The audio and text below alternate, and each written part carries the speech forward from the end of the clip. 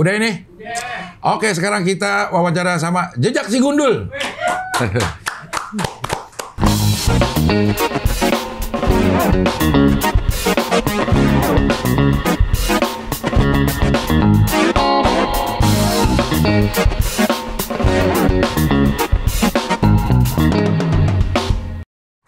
Panggilannya apa nih?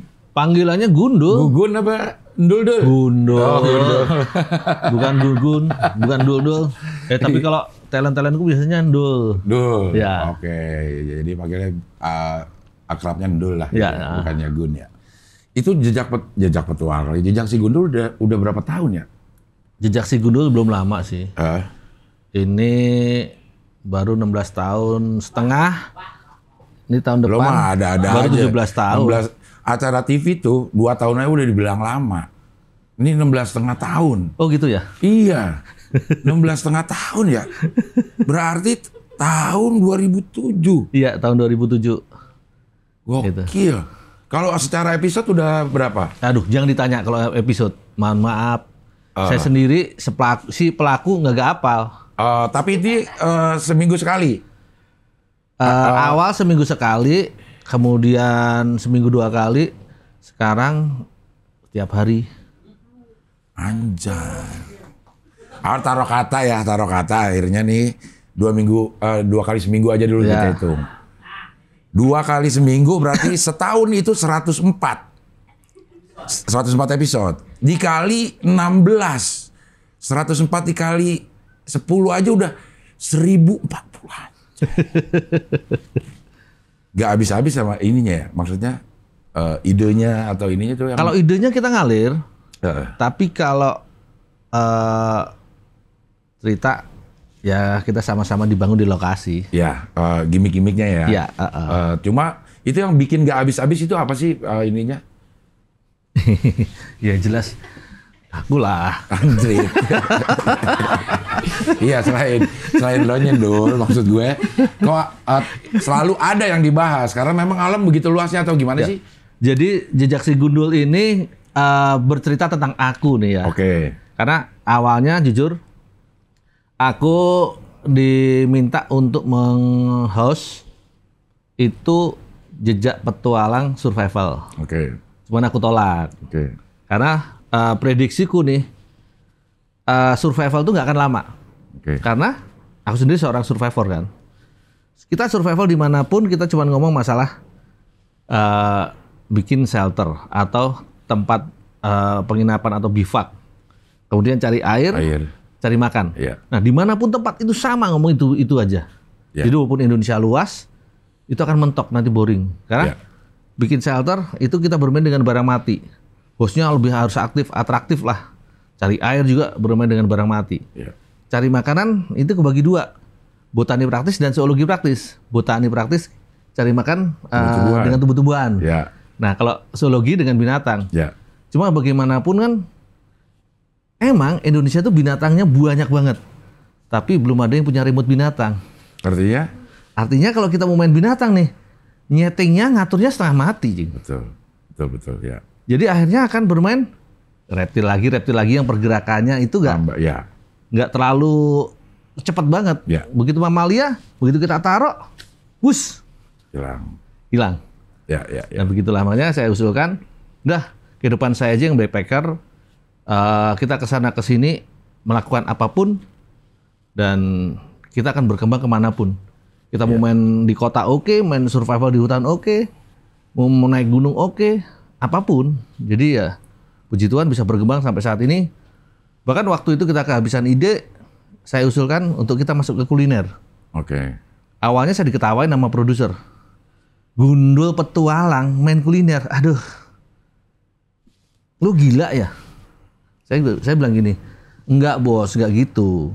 Kita main petualang, kita main kulinernya enggak kayak si di TV sebelah dulu. Yang sekarang sudah almarhum. Yeah. Cuman makan-makan tok. Itu enggak gundul banget. Tapi kita cari bahan makan. Nih, sama aja nih nasi. Orang nasi tahu semua. Tapi bagaimana ngolah nasinya itu gak ada yang tahu nih. Dari mulai padi. Iya, dari mulai padi, tumbuk, beras masak itu udah menarik. Ya. Buat gula gimana dari daerah semanjat pohon. Nah disitulah hanya ya dari sekarang untuk yang kita masuk di kuliner sudah lebih dari 10 tahun untuk kuliner tok ya. Dan nggak habis-habis juga Dan itu. nggak habis-habis karena pertama kita main di bahan lokal, kemudian kuliner tradisional, khas-khas tradisional. Habis ini saya main di kuliner Ekstrim ada gak kuliner ekstrim? ada. Kita main di kuliner ekstrim dan inovasi makanan hutan. Sekarang dengan bahan makanan apa kita kembangkan makanan apa.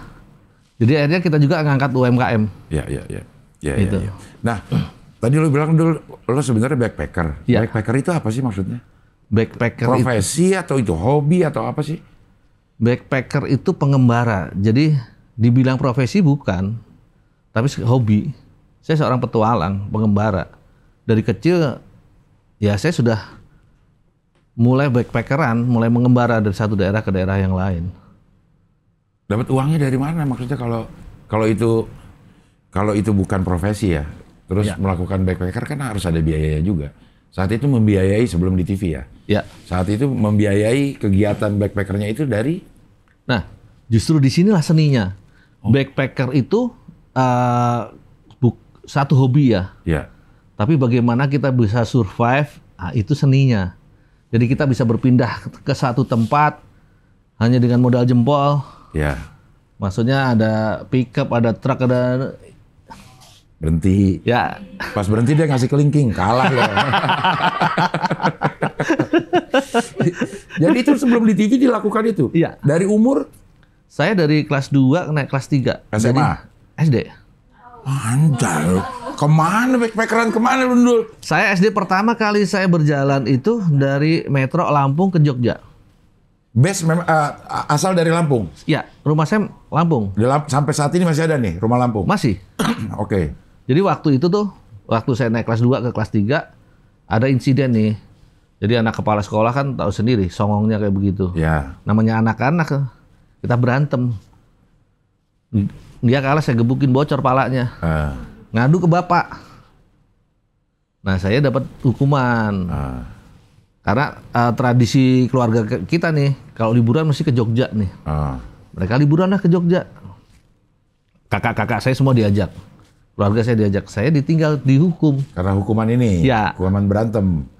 Saya ditinggal cuma nama pembantu. Sehari 2 hari, fine nih. Gak ada orang tua nih. Kita bebas main, jungkir jebalik. Main kagak pulang. Iya. Seminggu bete. Garuk-garuk. Ini kemana nih mereka nih ya?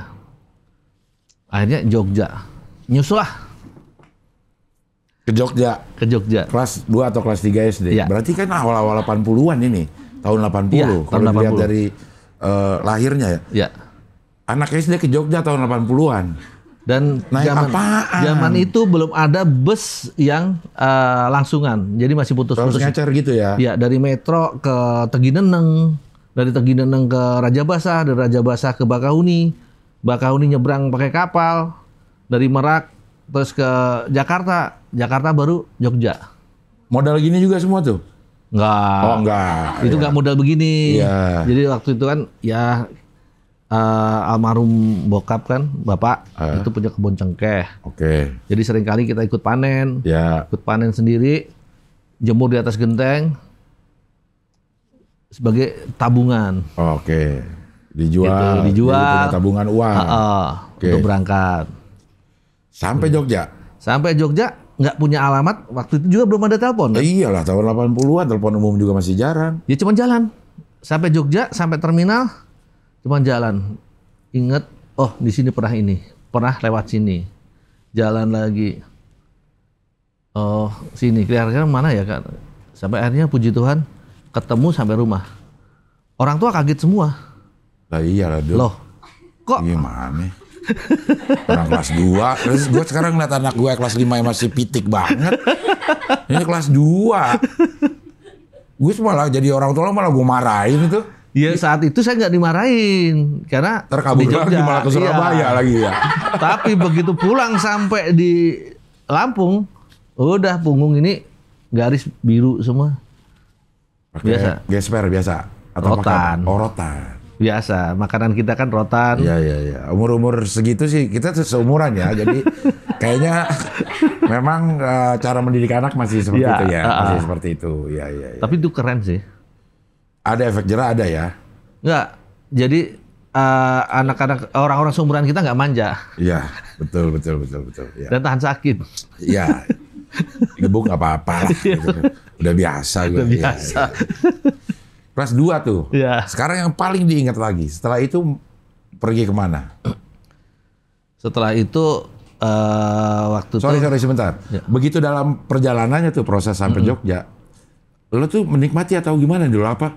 Aduh, gue ntar takut nggak kesasar atau menikmati perjalanan itu. menikmati lah. Kita have fun. Iya kan. Bisa begitu maksudnya.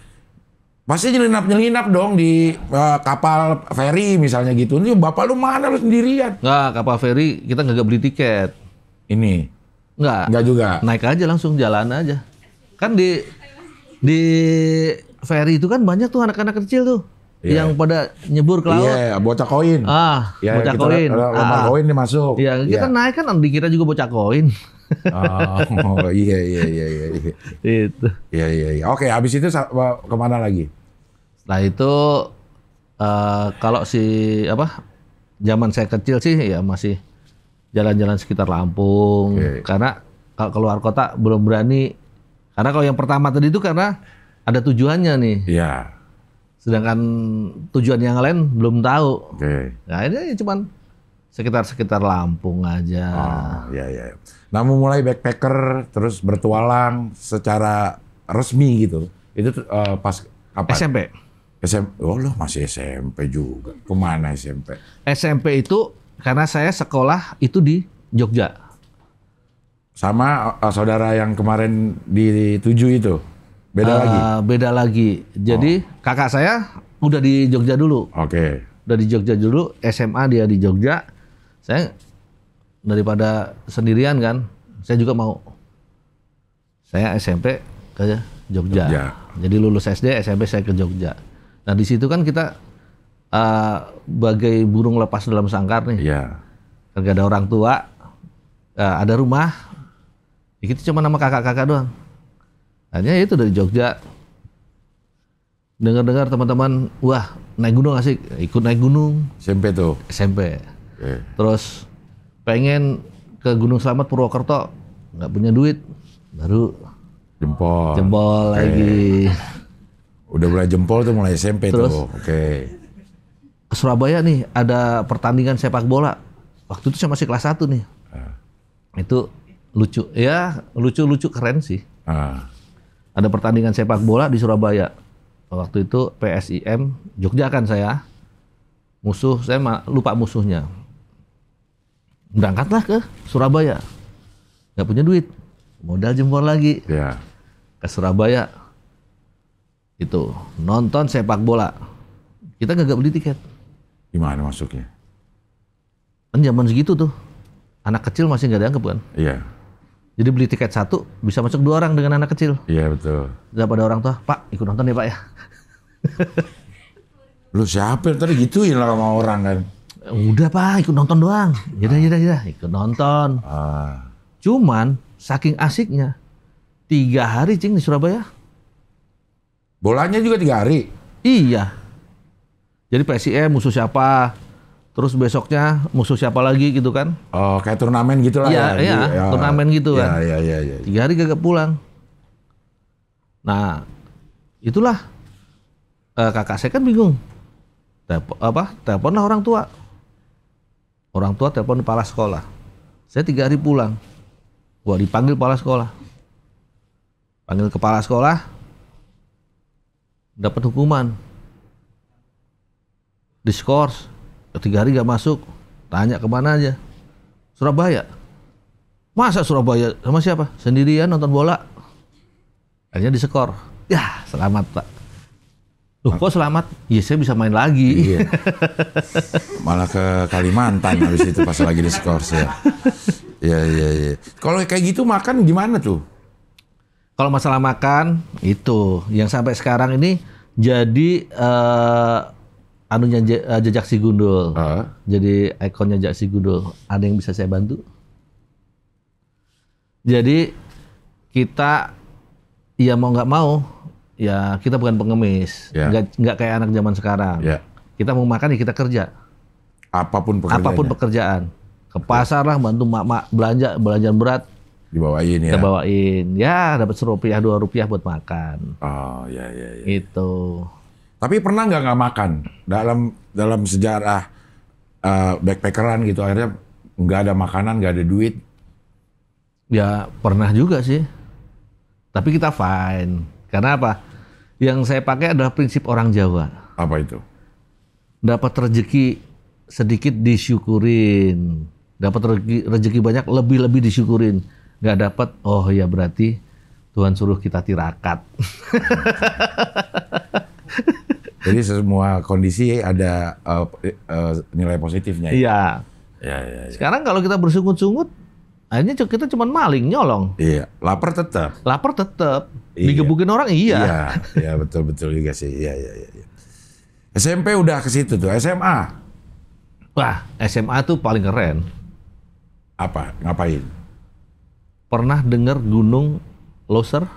Pernah. Pernah? Leuser. Ya, Leuser. Lautser. Ya, Ya. di Aceh. Ya. Saya waktu itu kelas 1 naik ke kelas 2. SMA di Jogja. SMA di Jogja. SMA di Jogja. Oke. Oke.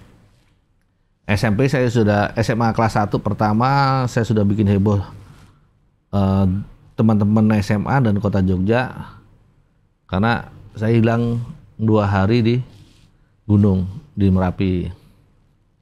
Hilang. Maksudnya lagi ngapain hilang? Lagi naik gunung Buat bareng-bareng? mereka saya hilang. Buat lo yang lain pada kemana nih gitu ya? Iya. Iya, gue asik yang lain pada nggak ikut ya. Tadinya bareng-bareng. Tadinya bareng-bareng. Oke. Terus teman-teman itu istirahat di pos 2. Saya bareng-bareng saat titipin ke mereka, saya jalan-jalan. Sebelumnya saya tanya, pada mau ke puncak kan? Iya, sebagian nge-camp, sebagian muncak. Oke, sebagian nge-camp, barang-barang saya tinggalin. Saya jalan dah, pelan-pelan. Sampai ke Gerboyo, pagi. Itu teman-teman gak ada. Ya, puncak tinggal depan mata. Naiklah ke puncak. Sendirian banget. Sendirian banget. Nah, udah nungguin lama di puncak, teman-teman kagak nongol. Dilihat bawah, kelihatan kan, kalau dari ketinggian itu ada hujan, ada mendung tebal, hujan gede. Saya mikir, kalau saya turun ke bawah, nggak mungkin. Karena dari Gegerboyo ke puncak itu jalur zaman itu jalur maut. Kita harus lewati lautan belerang, kita harus lewatin tebing yang terjal, baru sampai ke puncak Garuda. Itu akhirnya jam karakter Merapi sendiri jam 10 itu pasti badai, pasti kabut. 10 malam atau 10 pagi. 10 pagi, oke. Makanya nggak boleh terlalu lama di puncak. Jam 10 saya sudah nunggu teman-teman nggak ada yang nongol, kabut sudah mulai naik, ya sudah saya putuskan saya harus turun. Tapi kalau turun dari selatan bahayanya besar kan. Akhirnya saya turun lewat jalur utara yang saya sendiri nggak tahu. Cuman saya dengar ada satu jalur yang tembus ke Selo, Boyolali. Oke. Ya udah, jalan aja. Sendirian tanpa bekal. Berapa lama tuh? Itu Dari puncak sampai puncak bawah? sampai ke bawah karena saya nggak tahu jalan. Itu sampai malam. Dari jam 10 turun kabut itu? Iya. Sampai malam, itu belum sampai ke perkampungan. Masih tidur lagi di pinggiran hutan. Itu tidur pakai apa? Tidur aja udah gitu? Tidur aja udah. Karena saya nggak bawa peralatan. Ntar dimakan sama binatang itu gimana sih? Kita belum punya pikiran waktu itu. Belum punya Kalau pikiran. punya pikiran nggak bakal begitu lu. Emang nggak punya pikiran ini mah. Ya iya. Jadi tenang aja gitu karena memang ketidaktahuan ya. Tenang karena ketidaktahuan. Terus akhirnya cari jalan sampai ke perkampungan itu udah sore. Oke. Di tahun itu tahun 88. Ya. Tahun 88 itu nggak ada kendaraan malam. Oke. Ya udah terpaksa jalan lagi dari Selo Boyolali ke Magelang. Jauh juga ya. Ya. Sampai di Magelang itu kira-kira jam 12 atau jam 1 saya nggak tahu. Kira-kira jam segitu. Terus ada truk kayu ke arah selatan, ke arah Jogja. Saya cegat, numpang di situ sampai Jogja jam 3 pagi. Jam 3 pagi saya langsung punya pikiran saya harus ke pembimbing senior saya melaporkan diri. Saya sampai ke sana jalan kaki karena waktu itu masih dia nggak masuk kota, masuk ke ring road tok. Jalan kira-kira ya setengah jam lah dari situ ke rumah senior saya, ke rumah Kak Yo, orang yang sampai sekarang yang masih saya hormatin nih, dia pendidik saya. Sampai ke rumah, istrinya keluar, cari siapa Wid? Karena keluarga mereka manggil saya Widi. Kak Yo ada Mbak? Kak Yo dari kemarin nggak pulang. Dia di Gunung Merapi nyari anak didiknya yang hilang di gunung. Waduh, itu saya itu. Malah Kak Yo yang hilang sekarang. Istrinya langsung, apa Wid? Kak Yo cari saya itu pasti. Ya. Oh udah, anu aja ke posko pencarian di Jogja. Akhirnya saya diarahin ke posko. Jalan lagi ke posko, sampai ke posko 4:30 udah subuh. Karena dari posko dengan alat komunikasi ngabarin saya sudah sampai. Akhirnya saya sudah pulang aja. Akhirnya saya pulang ke rumah. Saya tidur nyaman. Teman-teman masih di gunung. Di gunung ya. Ngerepotin si Widi ini. Ya. Kelas 1 itu. Kelas 1. Oke. Dan ya hebohnya ya karena sudah 2 hari dan di atas itu dari pagi saya naik itu ternyata hujan badai.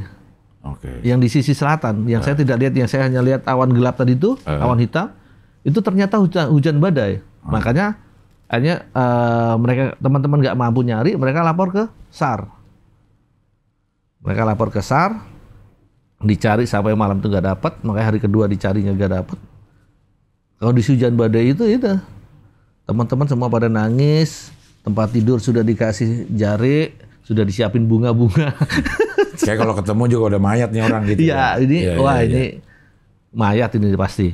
Karena sudah 2 hari dan kondisi badai seperti itu dan mereka tahu saya nggak bawa apa-apa. Saya hanya pakai jaket alma mater dan bayonet. Dan itu nggak ngaruh semua sih untuk hidup sebenarnya bagi pemula. Iya. Gitu. Akhirnya ke Loser ini? Nah, Loser itu saya kelas 1 naik kelas 2. Saya sendirian? Nggak, ada beberapa teman. Jadi teman-teman SMA saya ya perkembangan cuma seperti itu. Akhirnya saya punya tongkrongan itu dengan anak-anak Bethesda. Anak-anak Bethesda itu kandang motor, tukang-tukang parkir sono yang notabene sebenarnya mereka itu pencinta alam senior. Oke. Cuman saya salut dengan mereka adalah mereka juga jiwanya sama dengan saya, jiwa nekatnya. Iya. Jiwa petualangnya gede ya. Gue pengen ke Loser nih. Katanya Loser itu kan ya maaf aja. Ladang ganjanya banyak. Karena zaman segitu kan buat kita nih, itu wah banget kan. Yuk naik. Patungan lah kita, urunan. Beli ganja? Enggak. Buat berangkat. Buat beli ganja. Oke. Buat berangkat sekaligus naik gunung. Oke. Akhirnya kita 10 orang, kita kumpulin duit, cuma dapat waktu itu 1.700.000. Ya, sedangkan tiket ke Aceh waktu itu sudah 450. Per orang? Per orang. Oke. Nggak cukup dong. Hanya saya ambil keputusan gini ke teman-teman. Nih duit kan gak cukup. Lo orang masih pengen berangkat nggak? ya pingin lah loser gitu loh. Ya. Itu istilahnya walaupun bukan gunung tertinggi tapi wow lah. Ya. Karena perjalanannya itu untuk naik aja bisa 10 harian. Naik bisa 7-8 hari, turunnya 4 harian. Menantang lah itu ya. Itu sangat-sangat menantang. Ya. Terus gini aja nih, kita bagi tim menjadi 5. Ini duit ada 1,7. 700 saya bawa buat nanti perbekalan kita naik. Ini 1 juta kita bagi 5. Saya bagi 2 orang nih. 200. Oke. Kita ketemu di Kutacani. Ya. Caranya bodo amat, terserah.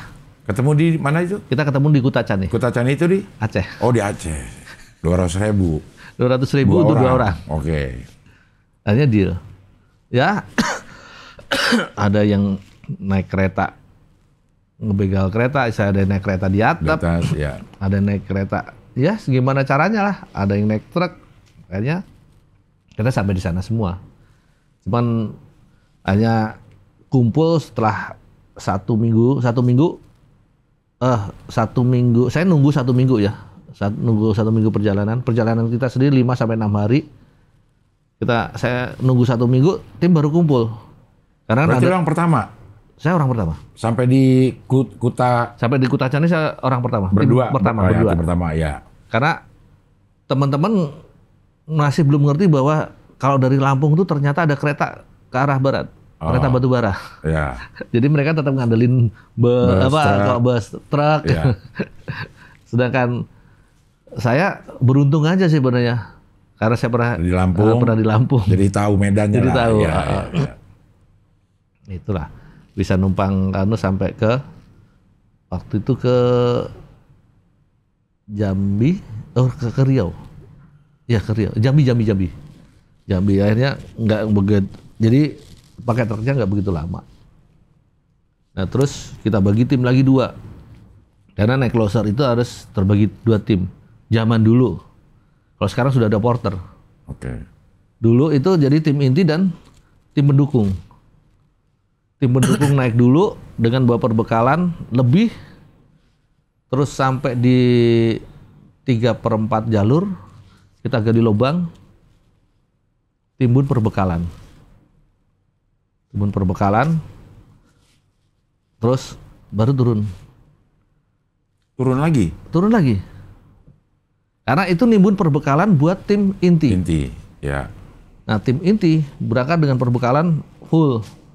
Nah, mereka sampai puncak, turun, itu perbekalan pasti habis. Dia masih ada butuh waktu 3 hari lagi untuk turun. Ya. Sampai setelah turun 1/4, dia masih butuh waktu 3 hari. Nah, itulah fungsinya tim pendukung tadi. Tim pendukung, ya. Nah, itulah kita bimbang, kita kalah. Jadi saya dapat tim pendukung, tapi saya cukup berbangga. Saya pernah nginjak sana, saya pernah panen ganja di sana. Iya. Enak ya katanya ya. Bajing semua katanya ya. Iya. Tapi akhirnya nggak sampai puncak tuh karena pendukung. Iya, saya nggak sampai puncak karena pendukung. Oke, teman-teman yang lain yang tim inti nyampe? Tim inti nyampe, 5 orang tim inti nyampe. Oh, oke. Itu. Iya. Tapi secara tim berarti misinya berhasil. Misi berhasil. Secara tim ya. Ya, jadi tim inti juga nggak bisa sombong ke kita. Wih, saya sudah sampai puncak loser. Yang ngasih perbekalan juga siapa? Iya, benar. Iya. Jadi itu ekspedisi pertama saya yang jauh banget. Iya. SMA ya diisi dengan naik turun gunung berarti itu? Iya. Kalau sekarang total udah berapa gunung? Total berapa gunung ya? Seingatnya, udah nggak inget sih. Hampir seluruh pulau yang ada gunungnya pernah didatengin? Pernah. Papua? Papua pernah. 3 kali saya ke Puncak Puncak Jaya. Itu 3 kali gagal. 3 kali gagal? Itu yang ada saljunya tuh puncak? Iya, Puncak Jaya. Puncak Jaya itu? Sampai ke saljunya nggak? Iya, Kartun Pyramid. Enggak, saya gagal nggak bisa manjat. Karena di sana kan dia di bawah naungan Freeport. Ya. Lokasinya, pintu masuknya. Jadi ada 2 sih. Oh, berarti gagal secara administratif. Ya. Tidak dapat izin. Jadi awal kita sudah koordinasi, oke sudah boleh. Oke. Makanya kita berangkat. Sampai sana ada kerusuhan. Oke. Hanya itu ditutup. Ya. Tidak bisa. Terus yang kedua kita berangkat lagi mencoba lewat jalur belakang, jalur Ilaga kalau nggak salah itu. Sampai di pertengahan jalan kita dibegal oleh mereka. Yang Yang begal. istilahnya ya yang ngantar porter. Oh. Yang ke perjanjian pertama itu istilahnya 15 juta untuk sampai ke sana. Di tengah jalan kalau nggak 30 juta nggak kita antar. Ya, ya, ya. Ya kita nggak punya duit. Karena sudah kita atur seperti artinya kita balik kanan. Jadi jalur belakang memang jalur rawan seperti itu. Jalur tidak resmi itu. Ya, jalur tidak resmi. Oke. Minum dulu. Ada teh hangat, Luhanko, air putih. Yang ketiga, gagal lagi. Yang ketiga, gagal lagi kerusuhan. Tapi yang paling sakit hati yang keempat. 4 kali ternyata, ya lupa. Ya. Yang keempat ini belum lama ini, saya sudah dapat sponsor. Saya dapat sponsor waktu itu dari pas waktu ulang tahun Brigip. Ulang tahun Brigip saya diajak naik karena tim pelatihnya itu teman saya. Dul, yuk naik. Waduh, saya nggak boleh sama TV nih. Yaudah, kalau bisa lu bawa TV-nya. Semua kita tanggung free. Yang penting cuman ongkos pesawat dari Jakarta ke lokasi itu tanggung sendiri. Dari perbekalan, pelatihan, semuanya kita free.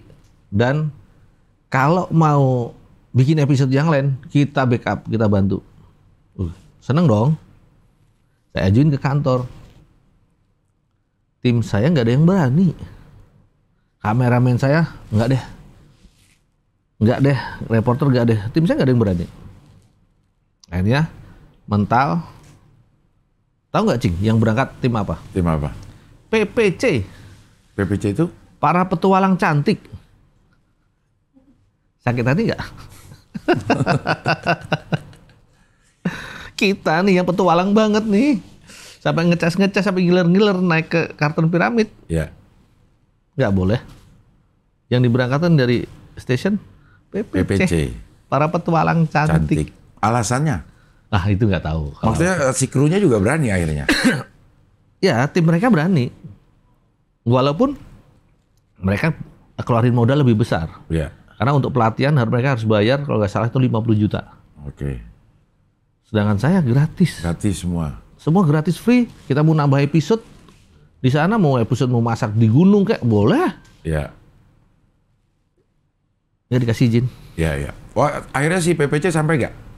PPC sampai. Keren juga berarti ya, ya, ya. Karena mereka di backup Brigip kan. Ya. Ada pelatihan. Mereka sampai di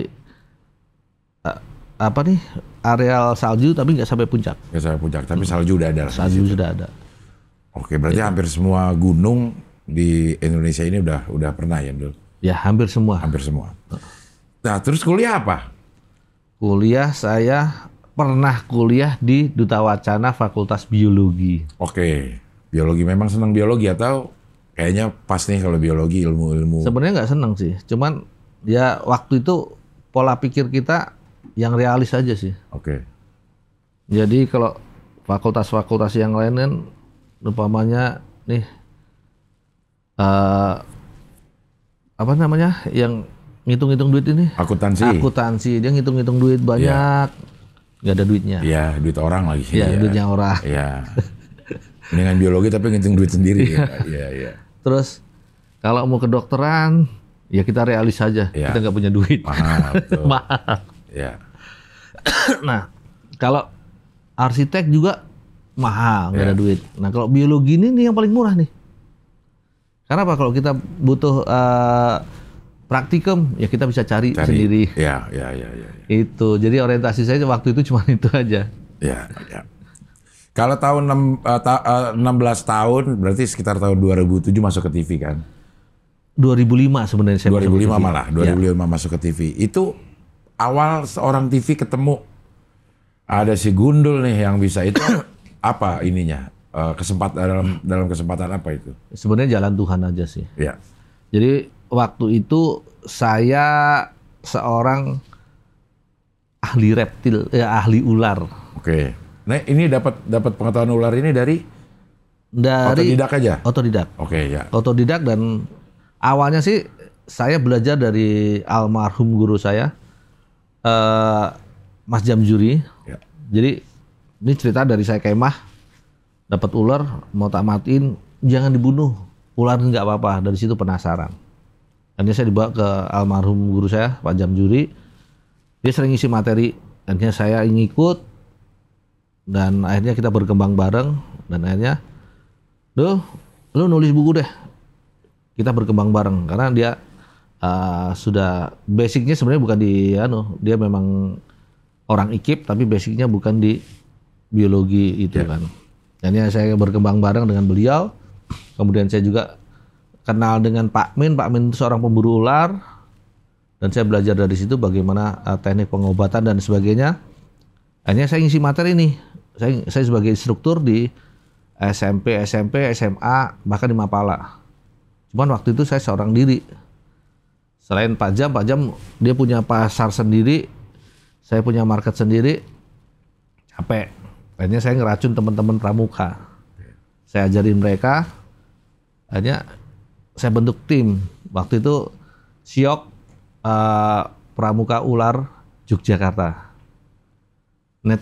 Kalau Siok waktu itu masih Netrix Scott Yogyakarta. Jadi Pramuka Ular Yogyakarta. Kemudian berkembang, teman-teman banyak yang kerja di Jakarta. Netrik kita begukan, teman-teman saya tantang, almarhum Aji, waktu itu murid pertama saya, Ji, ada teman-teman nih di Jakarta nih, kumpulin, kita buat netrik di Jakarta, karena Jakarta ini pusatnya Indonesia, itu kita akan bisa berkembang nasional, bahkan go internasional. Hanya dibentuklah Siok waktu itu tahun 2005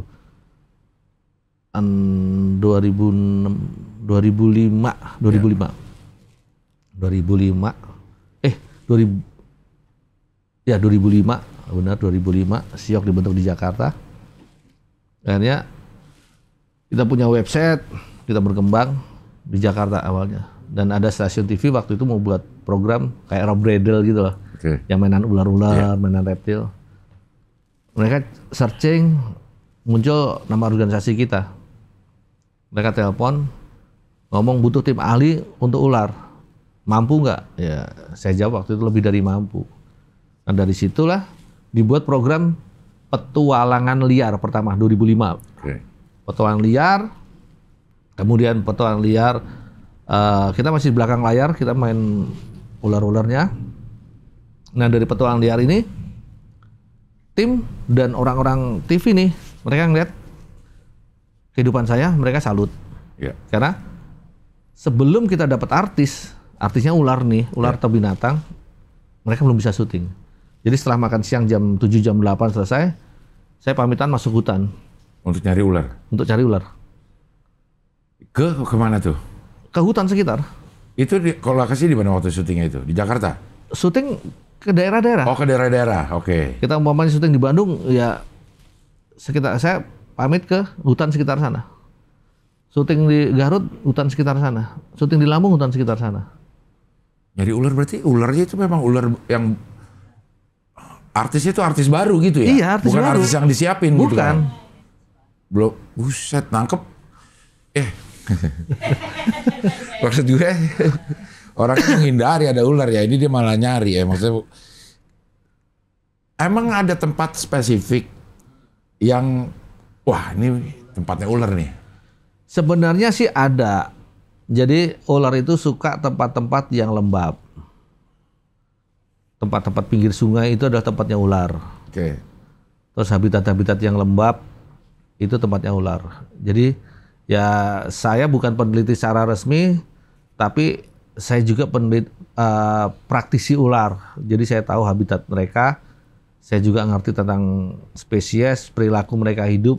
Karena secara otodidak di zaman itu internet nggak kayak sekarang. Betul. Itu di tahun saya bermain dari tahun 87 ya main ular. Itu komputer aja masih program masih pakai DOS. DOS ya. Itu Pakai kan. disket masukin Iya, dulu. pakai disket yang gede itu pengebuknya, masukin. iya. Itu saya cari literatur buku cuma ada satu. 10 ular berbisa di Jawa karangan Budi Suhono. Itu nggak ada lagi. Akhirnya kita kembangkan ilmu itu. Saya cari ular, kita penelitian, ya penelitian ala-ala lah. Iya. Itu. Tanya orang kampung ini namanya ular apa? Bisanya gimana? Dan saat itu saya jujur aja gila. Orang kampung ngomong berbahaya. Saya ngeliat cek giginya gimana. Kalau bukan viper aja, saya coba gigitin. Viper itu artinya yang berbisa. Berbisa tapi taringnya panjang. Oke. Jadi kita masih kalau ular-ular yang saya belum tahu nih ya. Di luar 10 ular berbisa yang di Jawa tadi. Ya. Karena saya masih sekitar Jawa. Dapat ular berbisa. Ini bisanya seberapa ya? Saya cobain gigitin. Nyobain mah bakso dicobain gitu. Lah, Dia dari bisa situ ular ntar mati dulu, maksudnya ada kemungkinan mati gitu sekaligus gitu. Itu karena nggak tahu apa karena nekat? Maksudnya nekat. tapi kan tahu kan? Tahu. Kalau ada yang mematikan bisa aja mati saat itu. Iya. Cuman sebelum saya juga kan ngerti tata cara pengobatan. Iya Jadi, sih, ngerti sih. Begitu gigit, saya bisa ngerasain nih. Bisanya, oh ya mulai jalan. Ya, ini dia berbisa tinggi tapi tidak mematikan. Oke, saya tahan.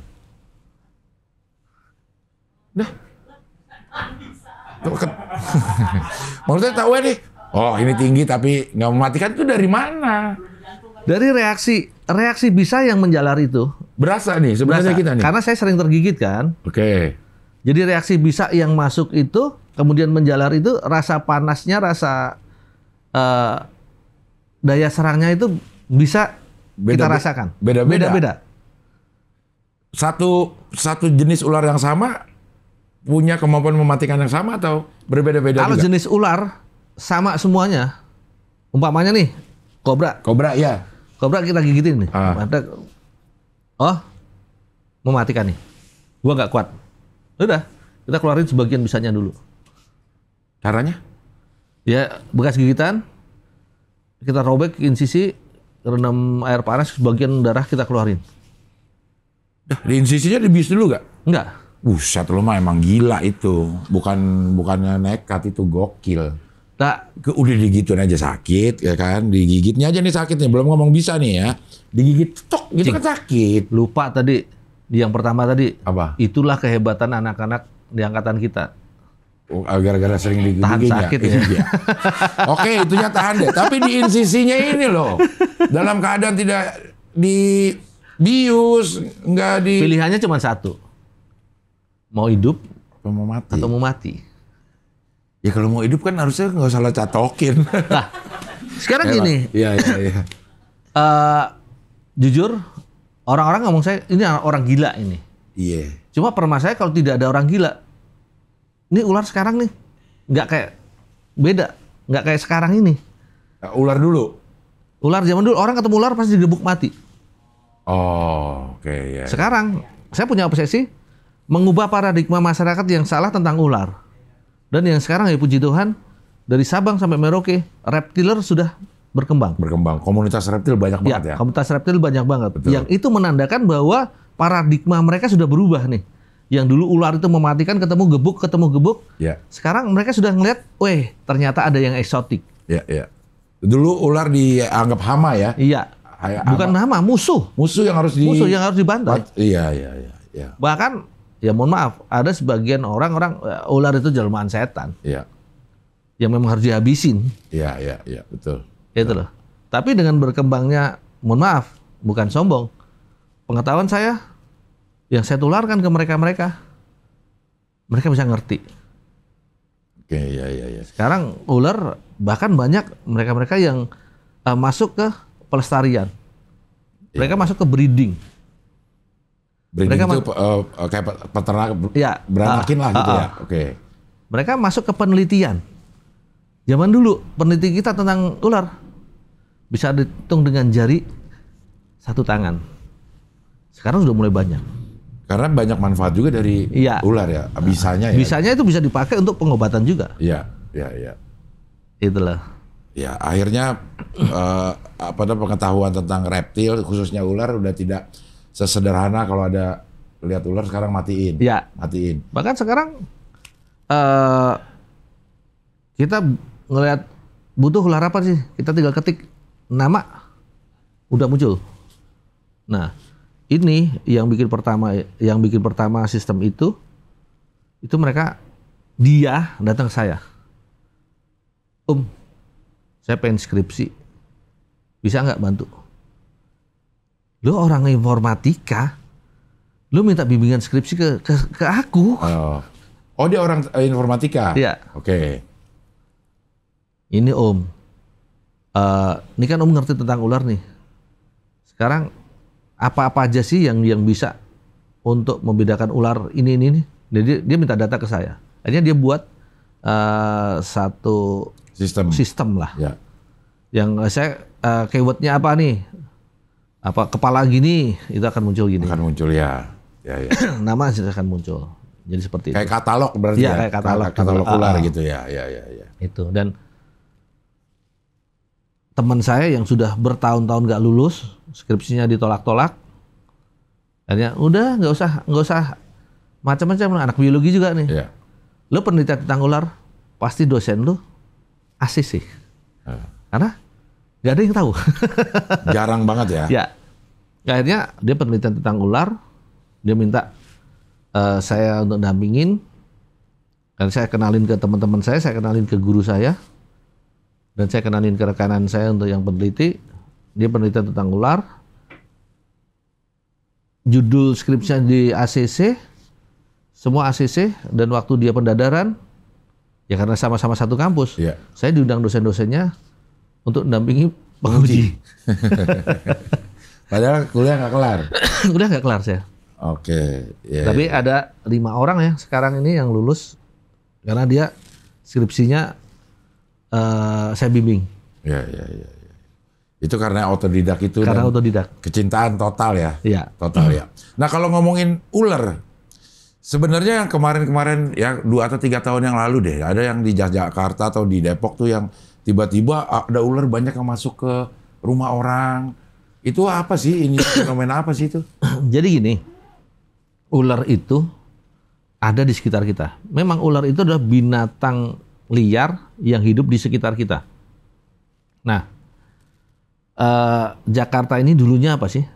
Rawa, daerah hutan. Iya. Nah, pada saat perkembangan satu daerah, kota, dari rawa, dari hutan, dari kebun, jadi perumahan, ular nggak kemana-mana. Karena range areanya kecil. Dia nggak bisa jalan jauh, pindah, migrasi kemana gitu nggak bisa ya? Ngumpet jadi dia. Tapi ular itu dia punya kamuflase yang hebat. Jadi dia bisa ngumpet. Sekarang gini aja. Andai kata ular di sini nih, saya lepas ular. Kita gue cari 3 jam belum tentu ketemu. Karena dia cuma ngumpet di sela-sela kayu gini aja. Dia nggak kelihatan. Dia ngelung gini, dia nggak kelihatan. Nah, dan dia bisa tahan lama dalam satu posisi ya? Iya, dalam satu posisi dia bisa bertahan lama. Nggak cuma jam, tapi hari. Hari ya? Bahkan minggu. Karena ular itu lentur. Selama cukup makanannya gitu, selama dia nggak lapar. Bahkan nggak ada makanan pun dia mampu bertahan untuk sembunyi. Ular mampu tidak makan itu selama 1 tahun. Asal dapat air. Asal ada air. Asal ada air. Buset, lama banget. Iya. Nah yang kemarin keluar dan akhirnya masuk ke pemukiman itu karena? Itu karena musimnya. Jadi Jakarta nih, mohon maaf nih, Jakarta ini kan dilewati dari sungai-sungai dari berbagai daerah nih. Ya. Sungai dari atas. Pada saat musim banjir, air dari atas ini bawa ular juga nih. Ular-ular besar, ular kecil, dan airnya mendarat. Yang bisa mendarat, yang nggak bisa airnya lari ke sana. Ya. Dan akhirnya dia akan berkembang biak di situ. Nah, ular-ular yang lama yang dulu kagak nongol karena banjir, akhirnya nongol. Sebenarnya dari dulu ada di situ. Dari dulu ada di situ. Di Kayak got-got. di pinggir sini kan ada kali nih. Ya, Sebenarnya itu ada ular. ada. Ntar ada sesuatu yang bikin dia nggak nyaman, dia keluar. Dia keluar. Makanannya meledak banyak, dia keluar pesta. Oh. Nah, makanan secara alaminya apa tuh ular? Makanan secara alamiah tikus, Tikus ya. ayam. Kalau daerah-daerah perkotaan ini banyak. Tikus, got lah, ayam lah. Selama ini masih banyak. Dia nggak akan kemana-mana. Dia ada di sekitar situ. Oh. Dia akan menghampiri tempat-tempat yang banyak makanannya. Iya.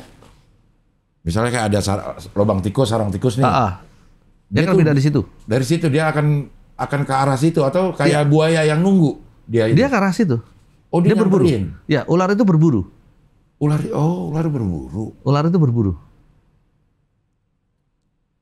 Dia punya rumah kayak burung nggak? Kayak Nggak. burung dara yang Nggak. pergi, ntar pulang ke sarang itu Nggak. lagi. Oh enggak. Jadi ular itu dia bersembunyi dimanapun tempat. Umpamanya nih, ular dari kali sana nih, perumahan ini banyak tikus. Iya. Dia migrasi ke sini, pindah. Itu apa tuh naluri aja atau penciuman atau apa yang bisa bikin Dia gitu? punya L'Oreal Pit dan dia punya L'Oreal Pit itu pengindra panas tubuh. Oh. Dan dia juga punya naluri. Wah, kayaknya di sini ada nih gitu. Iya. Nah, kalau lo punya nggak naluri nih? Nggak usah. Ini nih, begini doang. Wah, kayaknya di sini banyak ular nih. Ada. Pasti. Dah. Maksudnya jalan ke hutan nih. Iya. Dia udah tahu nih. Wah, kayaknya nih di sebelah sini nih si ular gitu. Ya. Jadi, kita masuk hutan nih. Nih kelihatannya sebelah sini nih. Ini lebih banyak. Itu apa? Yang membuat bisa berkesimpulan seperti itu? Insting aja atau ngelihat kondisi ininya atau apa sih? Sebenarnya insting sih. Insting ya? Insting pemburu. Itu. Jadi naluri pemburu. Dan gak semua orang punya itu ya? Ya, nggak semua orang punya. Mereka-mereka yang pernah berkecimpung di dalam perburuan itu pasti punya. Seperti halnya seorang pemburu buaya, dia punya insting. Ini buaya yang ada daerah mana nih? Itu. Dan saya dulu pemburu ular, dan sampai sekarang pun masih. Buat apa itu ularnya diburu maksudnya? Setelah dapat. Saya berburu ular juga untuk makan ular, juga buat edukasi. Berarti di base camp di mana? Rumah? Sekarang nih tinggal di mana? Saya tinggal di Jogja. Dan di Jogja banyak ular? Rumahnya di rumah? Sekarang enggak. Tapi ular-ular saya ke Wonosobo. Oh, ke Wonosobo. Ke base camp ularnya di Base camp Wonosobo. ular di Wonosobo. Jadi berburu dapat bawa ke Wonosobo. Ya. Itu. Nah, di situ banyak tuh ular. Ya, banyak banget sih enggak. Berapa? King Cobra cuma ada 63. King Cobra tuh apa ya? Nanya bingung nih. King Cobra itu terkenal karena bisanya atau karena kecepatannya nyatok atau karena tajamnya gigi atau karena bentuknya yang Semuanya. keren. Semuanya. Dia cepet King Cobra itu ular berbisa terpanjang di dunia. King Cobra itu bisanya sangat-sangat mematikan. King Cobra itu ular yang paling cerdas. Oke. King Cobra itu Cepat juga gerakannya. Gerakannya cepat juga. Itu. Dan apalagi sekarang King Cobra itu banyak makan korban. Iya. Pastilah. Nah, itu dapat per daerah atau King Cobra itu ada Untuk King Cobra ini sebenarnya kita nggak melakukan perburuan secara langsung, tapi banyak laporan-laporan masyarakat yang terjadi friksi, gesekan antara masyarakat dengan ular. Oke. Nah, akhirnya ya pengabdian kita sih. Ya. Dapat laporan dari sini, pas waktu saya senggang, saya ajak teman saya, oke, kita coba samperin, ya kita dapat. Kita nggak mungkin bisa rilis lagi untuk King Cobra di Pulau Jawa. Karena King Cobra itu bisanya sangat-sangat mematikan dan Pulau Jawa ini sudah padat. Oke. Sehingga kalau kita rilis lagi, kita lepas lagi, Mungkin dia balik lagi ke nggak balik lagi sih, cuman memindahkan masalah doang. iya, memindahkan resiko doang ya. Ya, memindahkan resiko. Iya, Kita mau lepas wah di Jawa masih ada hutan, salah besar. Hutan-hutan di Jawa ini, di sekitar hutan, bahkan di dalam hutan itu banyak perumahan-perumahan masyarakat. Iya. Itu Beresiko banget dah. itu beresiko. Makanya akhirnya dari kita sweeping atau herping di satu daerah dapat satu kita kumpulin nggak bisa. Bahkan damkar operasi dapat siapa nih yang mau ya udah datang ke kita, ya kita piara. Nah itu kan butuh makan. Nah itu baru mau nanya, ada 63 kan butuh makan dia. Iya, nah itu kita cari. Sedangkan king cobra sendiri pakannya adalah ular itu juga. Oh dia ini ya apa kanibal. Kanibalis. Ular apa yang dimakan? Ya ular-ular yang lebih kecil, bahkan satu jenis pun dimakan. Kobra sama kobra aja nih. Ya, king cobra dengan king cobra pun yang lebih kecil dimakan. Dia kayak ayam nggak sih yang ketemu berantem, ular ketemu ular berantem kayak kucing gitu. Modelnya Berantem gitu. langsung enggak. Tapi Di kandang bareng enggak berantem. Tapi kalau lapar dimakan. dia maksudnya nggak keracunan tuh makan ular juga. King cobra itu bisanya paling tinggi. Dan king cobra Indonesia termasuk ya ada kadar-kadar nggak king cobra di negara luar ada juga king cobra. Ada Thailand, ada Birma, ada Malaysia juga ada. Nah itu sama ini bisanya Sama. mematikan. Iya. Hitungan berapa lama kalau kita kecatok? Sebenarnya sih tergantung bisa yang masuk berapa banyak. Banyak ya. Tapi dari penelitian resmi gajah dewasa disikat king cobra itu hanya dalam 3 menit ambruk. Gajah dewasa. Gajah dewasa. Tapi kalau untuk orang ini dari pengalaman saya untuk pengobatan dan lain sebagainya itu 1 jam pertama ini jam-jam rawan. Jadi penanganan di 1 jam pertama ini yang harus benar. Kalau enggak lewat. Dan masa kritisnya dalam 4 jam. 4 jam itu Ya. udah harus kemana tuh? Kalau dalam keadaan darurat itu kita kemana tuh? Kita Ke rumah tanganin sakit? sendiri. Hah? Kita Kita tanganin sendiri. Kalau saya dapat laporan belum ke rumah sakit, saya tanganin sendiri. Oke. Kalau misalnya kan cuman satu Heri Gundul, nggak ada orang lain gitu. Ya, Pak, saya itu punya kemana? saya punya tim. Saya punya tim yang ada di beberapa daerah. Dan kalau yang percaya saya bisa layanin juga by phone. Saya baru kemarin seminggu yang lalu saya nanganin kegigit king cobra orang Trenggalek by phone. Tata caranya. Ini harus gini, harus Iya. gini gitu. Begitu kegigit Online ya. dia telepon saya. Pas pertama dia telepon, saya pas lagi syuting. Buat saya ngeliat ada telepon, saya telepon balik. Karena Itu dia tadi terima dulu, siapa tahu dia kegigit. Enggak. Oh bukan, ya. Gua ngeri jadinya. Bukan ya. Jadi- aman ya Bu ya. Ya. Dia telepon nggak diangkat, dia cuma ngirim gambar. Saya ke bait KC. Begitu saya ngeliat itu, otomatis saya langsung telepon balik. Ya. Belum lama. Apa yang udah dikerjain? Baru tak iket Ikat tuh maksudnya supaya darahnya nggak Ya waktu mengalir? itu yang kegigit jempolnya Ya. diikat supaya bisanya itu nggak nyebar. Kemudian, oke. Tahu teknik saya kan? Ya air panas udah disiapin juga. Oke, kasih garam banyak, celupin itu jempol. Sakit gak itu? Sakit banget. Aduh, udah. Ini bayangannya jempol direbus. Airnya air panas banget. Di atas 80 derajat. Buset, di atas itu kena dispenser aja kita begini. Dispenser tuh 80 derajat loh. Iya, Jadi pakai air dispenser bisa tuh. bisa. Tapi kan panas banget itu, Dul. Pilihannya cuma satu. Mau panas sampai mau mati. Iya. Walaupun teknik saya dikatakan teknik yang menyesatkan. Itu siapa yang bilang gitu?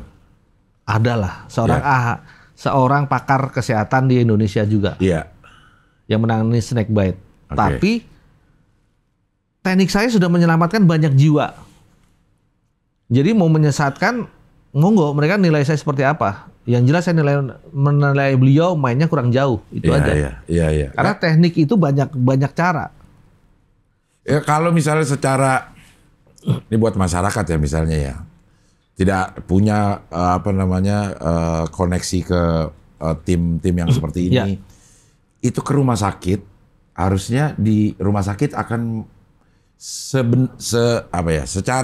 secara mekanisme harusnya itu seperti apa? Ada 2 cara, standar WHO yang medis dan standar lapangan. Tinggal mau main yang di mana, itu aja. Kalau di lapangan nggak berani itu yang kayak gitu, dia ke medis. Standar medis yaitu diapain tuh? Yang pertama adalah imobilisasi. Ya. Imobilisasi itu adalah pengistirahatan organ. Oke. Jadi dengan cara pembidaian. Jadi area yang tergigit itu dibidai. Bidai itu dibidai itu kasih pakai kayu, ya. Terus diikat, terus diistirahatkan, digantung. Bawa ke rumah sakit. Oke. Itu yang paling simpel. Paling simpel ya. Cuman masyarakat ini nih nggak ngerti karena gigitan ular itu ada 2 tipe. Bukan 2 tipe ya. Ada 2 fase. Oke, fase lokal dan sistemik. Oke. Karena pada saat fase lokal dia masih masih menyebar melalui kelenjar getah bening. Oke. Tapi fase sistemik bisa menyebar sudah lewat jaringan pembuluh darah. Nah, itulah yang saya sendiri selalu menyarankan kalau mau ke rumah sakit selain di bidai tok, sebelumnya adalah pakai pembalutan bebat dengan tensokret atau pembalut pita. Atau kalau kagak ada, bajulah dirobek, diikatkan dengan pembalut bebat. Iya. Fungsinya adalah untuk menghambat peredaran darah menuju jantung. Baru dibidai, baru bawa ke rumah sakit. Nah, nanti sana udah punya standar penanganan sendiri. Nah, rumah sakit sudah punya standar penanganan sendiri. Iya. Nah, yang kemarin katanya habis dari Purwakarta. Ya. Purwakarta, saya menangani anak yang tergigit ular tanah atau rhodostoma. Dia berbisa tuh? Berbisa mematikan. Nah, terus? Dan dia sudah telat penanganan. Dia sudah ke rumah sakit.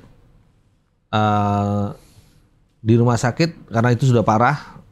Rekomendasi rumah sakit cuman amputasi. Oke, itu di mana dia gigit? Di Purwakarta. Bukan, maksudnya di daerah mana? Di daerah kaki kiri. Dan awalnya kemarin dari kaki sampai ke muka dia sudah bengkak. Itu sekali gigit ya? Iya, sekali gigit. Sekali gigit efeknya bisa begitu ya? Ya. Jadi itu telat penanganan karena pada saat kegigit si anak itu tidak terasa. Oh, jadi bisa kita bisa. Dia berasa. Dia kerasanya cuma kena duri doang. Iya, kayak gitu. Ceprak. Dikira kena duri. Dia tetap ngarit. Baru setelah itu mulai bengkak, dia mulai sadar. Dibawalah ke rumah sakit yang jauh, yang lumayan jauh. Dia nggak tahu penanganan awal, orang awam. Di rumah sakit dikasih sabu. Ini sudah bengkak, sudah busuk karena rhodostoma atau ular tanah itu pembusukannya cepat banget memang. Rumah sakit, si anak sendiri punya kendala, dia takut jarum suntik. Di rumah sakit karena dia sudah bengkak, bengkaknya sudah sampai muka. Wah, dia teriak-teriak terus. Dan rumah sakit rekomendasinya amputasi. Si anak nggak mau. Suntik aja dia takut. Iya. Saya ngotot pulang. Dan akhirnya dipulangkan ke rumah sakit. Nah, akhirnya di rumah sakit dia dan keluarganya nggak tahu nih harus diapain. Akhirnya cuma didiemin tok. Baru setelah 7 hari itu dia dapat info tentang tim saya yang di Purwakarta. Jadi mereka yang hubungin teman saya Ray. Kemudian kemarin awal Ray visit dengan Panji. Terus Ray laporan ke saya, Om, ada pasien Rhodos yang udah, oke, udah tangani dulu Ray. Menurut saya visit pertama saya ke sana, itu kaki sudah busuk, jari sudah hitam. Lalu saya bersihin,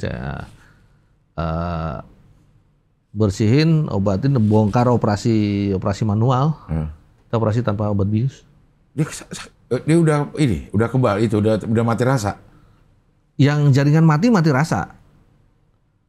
Tapi untuk membersihkan nanah yang di dalam itu kan kita harus pressing, kita harus Uyoyo teriak-teriak. Bisa nonton di YouTube saya bagaimana sakitnya.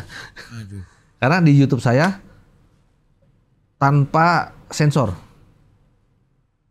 Karena sengaja saya tidak cari AdSense, bukan juga karena konten. Tapi saya sengaja itu tayangkan walaupun dolar kuning ya. Itu untuk edukasi ke masyarakat. Nih loh parahnya kalau gini nih. Sakitnya juga, busuknya kayak apa. Itu mereka supaya tahu. Nah sekarang progresnya? Progresnya sudah membaik. Bengkak di badan, di kaki juga sudah mulai nurun. Tinggal penumbuhan jaringan baru.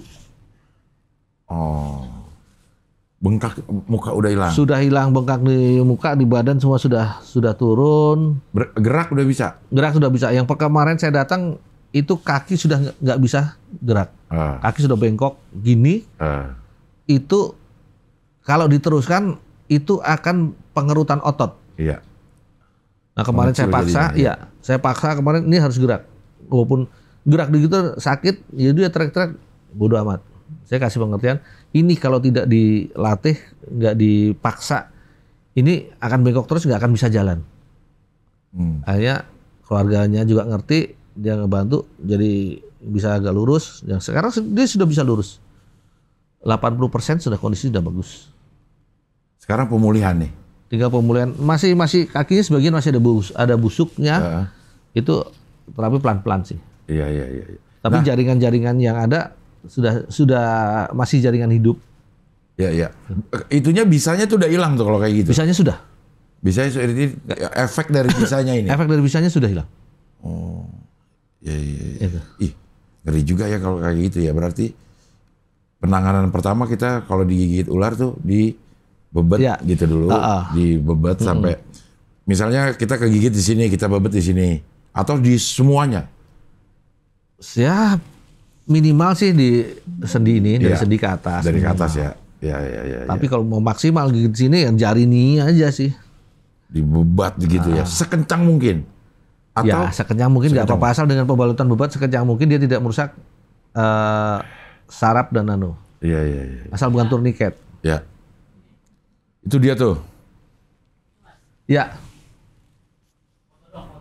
Wah, ngeri gua. Ternyata teriak-teriakan gitu, orang ngebayangin di insisi aja gua udah ngeri, itu nggak pakai anestesi kan. Ya memang sebegitu banyaknya ular, sebegitu banyaknya juga penanganannya sebenarnya. Ya, apalagi segitu banyaknya juga fase tadi ya. Iya, betul. Fase pertamanya pun masih tergantung dari bisa ularnya kan. Yang fase lokal. Fase lokal itu jadi ada jenis-jenis ular yang tidak mengalami fase lokal. Langsung? Ya, langsung sistemik. Jadi kayak jenis viper itu tidak mengalami fase lokal karena taringnya panjang. Langsung taringnya bisa 5 cm. Jadi waktu dia gigit kayak Krodos kemarin, ular tanah tadi, itu dia tidak pakai fase lokal, dia langsung sistemik. Karena giginya panjang, dia menembus kulit, menembus jaringan limfatik. Dia langsung ke jaringan pembuluh darah. Itu. King Cobra dia tidak pakai fase lokal. Karena bisanya sangat-sangat kuat. Bahkan dry bite sekalipun atau gigitan kering sekalipun tidak ada fase lokal. Sekering-keringnya tetap mengandung bisa? Iya. Buset. Jadi gigitan dia kering. nggak usah nyemburin. Jadi nggak usah dia nginjek. Karena ular ini nggak pernah gosok gigi kan? Iya sih. Jadi pada saat dia gigit mangsa, ada leleran bisanya di taringnya. Iya. Nah dia kan nggak pernah gosok gigi. Masuk deh tuh. Dia nempel masih di taringnya.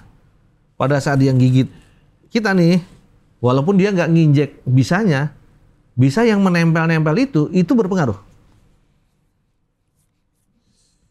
Jadi hati-hati dah kalau ada ular dah emang dah. Ya. Walaupun tidak mematikan teorinya. Ya. Kalau King Cobra pernah juga lo gituin? Apa karena udah tahu lah ini? King untuk sebenarnya sih untuk kobra ke atas, kobra wolang-oling itu saya tidak secara langsung untuk menggigitkan. Tapi digigit pernah? Tapi kalau digigit saya bersyukur. Apa? Kobra sudah, Dah digigit bersyukur. Oke. Rhodos tadi sudah. Si Rhodos tanah itu. Iya. Terus king cobra juga sudah. Ular weling sudah pernah. Itu dia lagi ngapain? Ya. Lagi ngobrol maksudnya masih kobranya terus tiba-tiba cok gitu. Kalau kobra sering ya kita lagi nangkap kegigit. Oke. Sering. Bahkan yang pernah gila, ini lagi atraksi nih waktu itu di Bali. 4 ekor kobra yang sudah bertahun-tahun gak pernah dipegang dari kandang, saya masukkan ke badan saya. Gigit di punggung 2 kali dan hanya dalam 5 menit segini nekrosis hitam sekitarannya tuh. Ya. Itu di insisi tuh. Di insisi sudah tidak bisa karena jaringannya sudah keras membatu. Terus ya jaringan mati. Ya udah didiemin aja. Kok nggak mati? Karena manusia itu punya kemampuan yang luar biasa dan bisa berkembang luar biasa. Jadi sebenarnya nih daya tahan tubuh kita tuh mampu ngalahin efek itu. Bisanya itu sebenarnya. Cuman seberapa besar kemauan kita untuk hidup.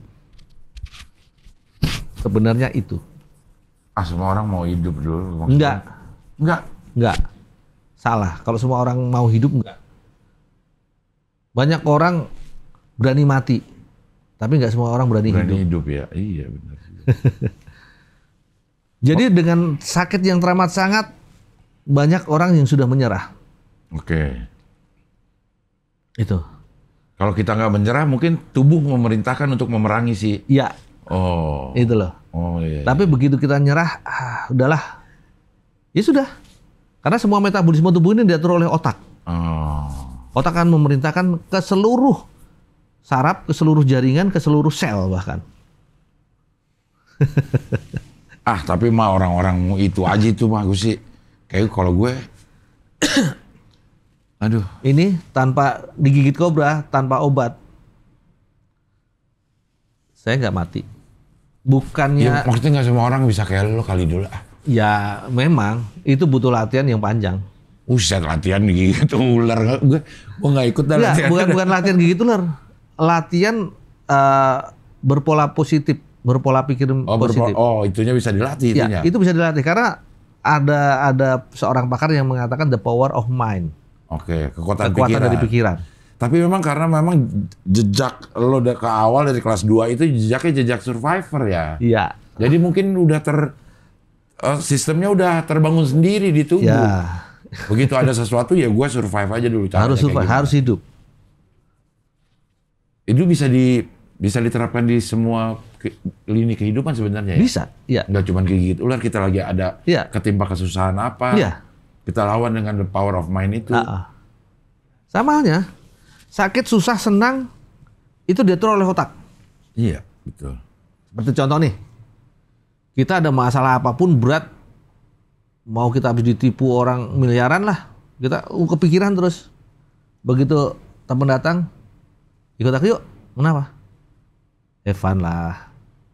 Kita kumpul teman-teman, have fun. Sedih nggak? Senang harusnya. Senang, karena kita nggak mikir. Iya. Kita ketemu teman, hahaha, ceng-cengan. Ya. Kenapa itu? Sedihnya hilang. Karena kita nggak berpikir. Iya. Tapi begitu mereka pergi, kita sendiri lagi. Aduh, utang gue, duit gue sekian M, gue kabur. Ya. Nangis Bombay lagi. Jadi sebenarnya secara naluri kita semua punya kemampuan untuk survive. Ya. Sudah dibekali di tubuh kita, di pikiran kita, gimana kita mengoptimalkannya aja. Betul. Oke, terima kasih Mas Widi Heri Guntul udah punya ular 63 kobra. Ya Allah. Mudah-mudahan yang nonton bisa tercerahkan. Bukan cuma masalah ular doang, ternyata di ujung-ujung kita dapat pelajaran bahwa kita sebenarnya sudah dilengkapi dengan kemampuan untuk survivor ya. Jadi gimana kita menggunakannya. Betul. Terutama ke pikiran kita. Ya. Terima kasih, sehat terus, berkah terus. Mudah-mudahan semakin banyak manfaatnya sama orang sekitar. Ya. Sampai ketemu lagi di wawancara dengan tamu berikutnya. Mantap.